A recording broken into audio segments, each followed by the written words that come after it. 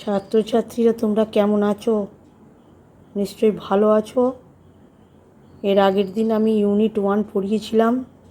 তোমাদের কেমন লেগেছে একটু কমেন্ট করে জানাবে। আজকে আমরা ইউনিট 2 পড়ব।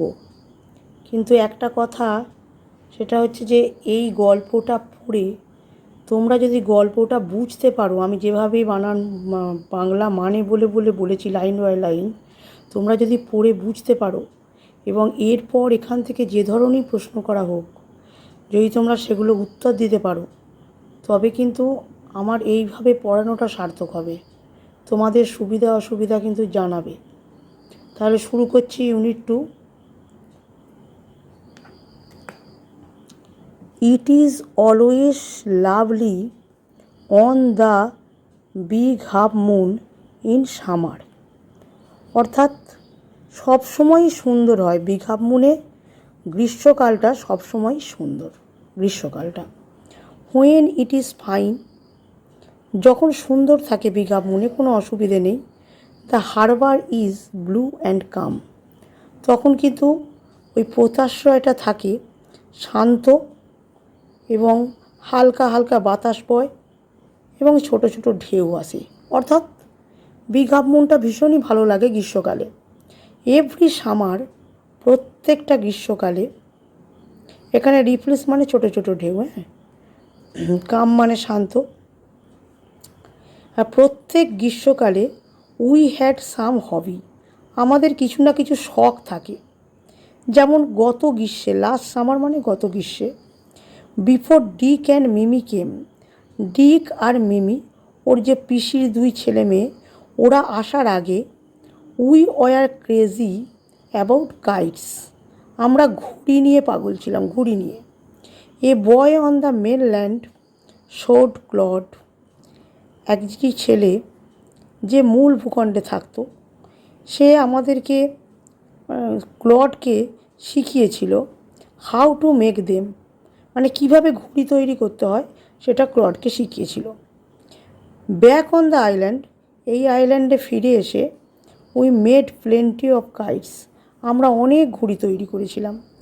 Clod would go around to the other side of the island, Claude কী করতো, এই দ্বীপের মানে বিগ হাফ মুন দ্বীপটা, ও এক প্রান্তে চলে যেত। আর আমরা উড প্লে শিপরেক্ট ম্যারিনার্স, আমরা তখন কি করতাম, ওই জাহাজ ধ্বংস হয়ে যাওয়া নাবিক, এই নাবিক একটা খেলা খেলতাম।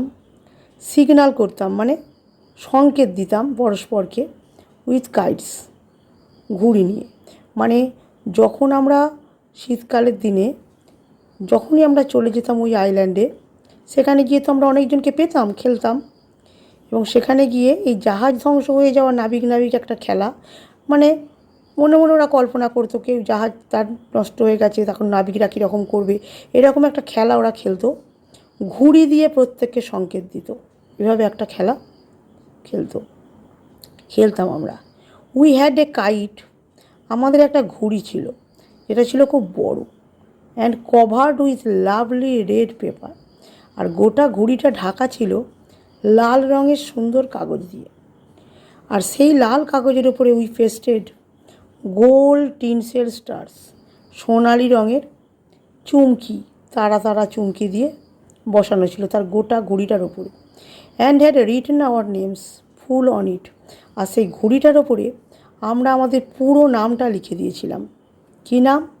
Clod Lit and Philip Palit. Claude Lit তো বুঝতে পারছি লেখিকার ভাইয়ের নাম, যাকে আমরা বলছি। ফিলিপ পালিটটা তাহলে কে? তার মানে লেখিকা নিজেই হচ্ছে ফিলিপ পালিট। আর তলায় কি লিখে দিয়েছিলাম? Big half moon light house. Big half moon light house লিখে আমরা এই ঘড়িটাকে ওড়ানোর চেষ্টা করেছিলাম। একদিন, ওয়ান ডে, দেয়ার ওয়াজ গ্র্যান্ড উইন্ড, মানে চমৎকার বাতাস বইছিল। ফর দ্য কাইট ফ্লাইং, ঘুড়ি ওড়ানোর জন্য। I am not sure how it happened, আমি নিশ্চিত ছিলাম না কিভাবে এটা ঘটে গেল। But as I was bringing the kite, কিন্তু যখন আমি নিয়ে আসছিলাম ঘুড়িটা, ব্রিঙ্গিং নিয়ে আসছিলাম ঘুড়িটা ফ্রম দ্য হাউস, বাড়ি থেকে। আই ট্রিপড, আমি হোঁচট খেলাম, অ্যান্ড ফেল ওভার, এবং পড়ে গেলাম, ওভার দ্য রক্স, পাথরের উপরে। মাই এলবো, আমার কনুই, ওয়েন্ট ক্লিয়ার, পুরোপুরি ঢুকে গেল, থ্রু দ্য কাইট, ওই ঘুড়িটার মধ্যে, মেকিং এ বিগ হোল, একটা বড় গর্ত হয়ে গেল। We had to hurry to fix the kite, আমরা খুব তাড়াতাড়ি করছিলাম, হারি মানে তাড়াতাড়ি, টু ফিক্স দ্য কাইট, ওই ঘুড়িটাকে ওড়ানোর জন্য। If we wanted to send it up before the wind fail, বাতাস কমে যাওয়ার আগেই ঘুড়িটাকে ঠিক করে দেওয়ার জন্য এবং ওড়ানোর জন্য আমরা খুব তাড়াতাড়ি করছিলাম। We রাশড into the light house, আমরা ছুটে গেলাম লাইট হাউসে, টু গেট সাম পেপার, কিছু কাগজ পাওয়ার জন্য।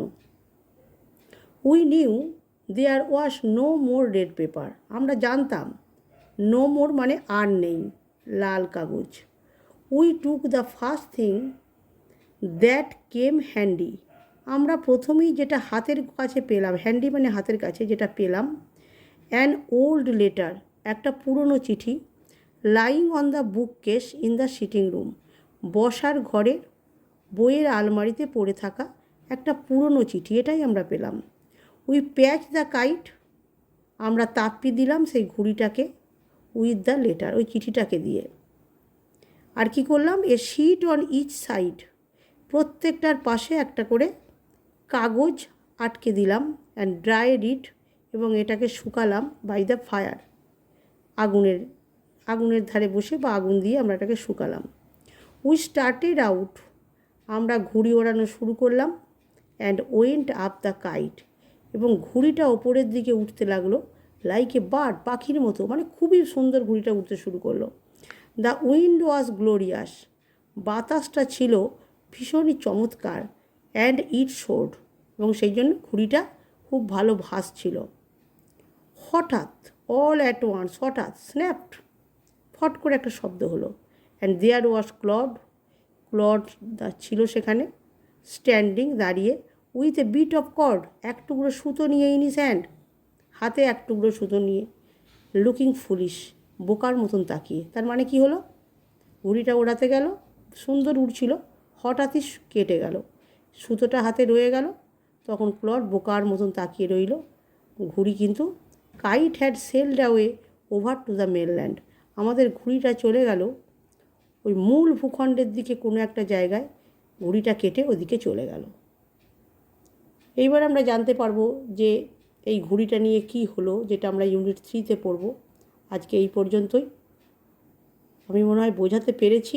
তোমরাও যদি অনেকবার চেষ্টা করো, আমার এটা শুনে বারবার নিজের বই নিয়ে বসে ওয়ার্ড মিনিংগুলো দেখে যদি চেষ্টা করো, তাহলে নিশ্চয়ই এটা কমপ্লিট হয়ে যাবে, এবং কোশ্চেন করলে নিশ্চয়ই তোমরা অ্যান্সার করতে পারবে।